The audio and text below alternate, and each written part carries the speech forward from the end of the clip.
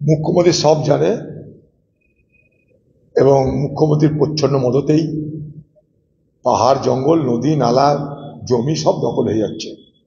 এই বাংলার আপনারা যেসব দুর্নীতি বাইরে দেখছেন, শিক্ষা দুর্নীতি, স্বাস্থ্য দুর্নীতি, রেশন দুর্নীতি, এ সবকে ছাড়িয়ে যাবে এ বাংলার জমি দুর্নীতি।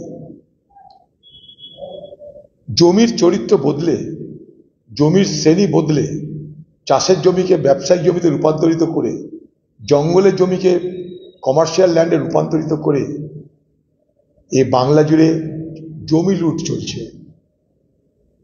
এটা কিন্তু এই মুহূর্তে পশ্চিমবঙ্গের সব থেকে বড় দুর্নীতি, জমি দুর্নীতি।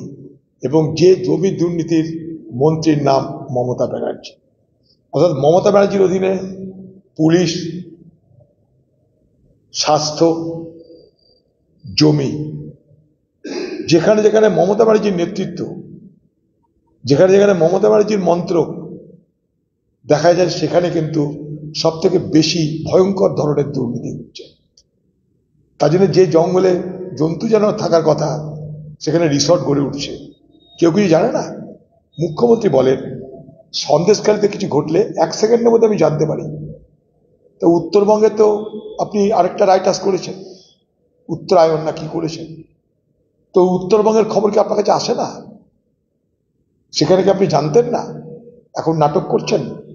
যখন দেখছেন বেশি সোর সারাবা হয়ে গেছে, বেশি হল্লা হয়ে গেছে, তখন আপনি সেটাকে ধামাচাপা দেওয়ার চেষ্টা করছেন। একটা রিসর্টকে ভেঙে দেওয়ার আদেশ দিয়েছেন? বলুন।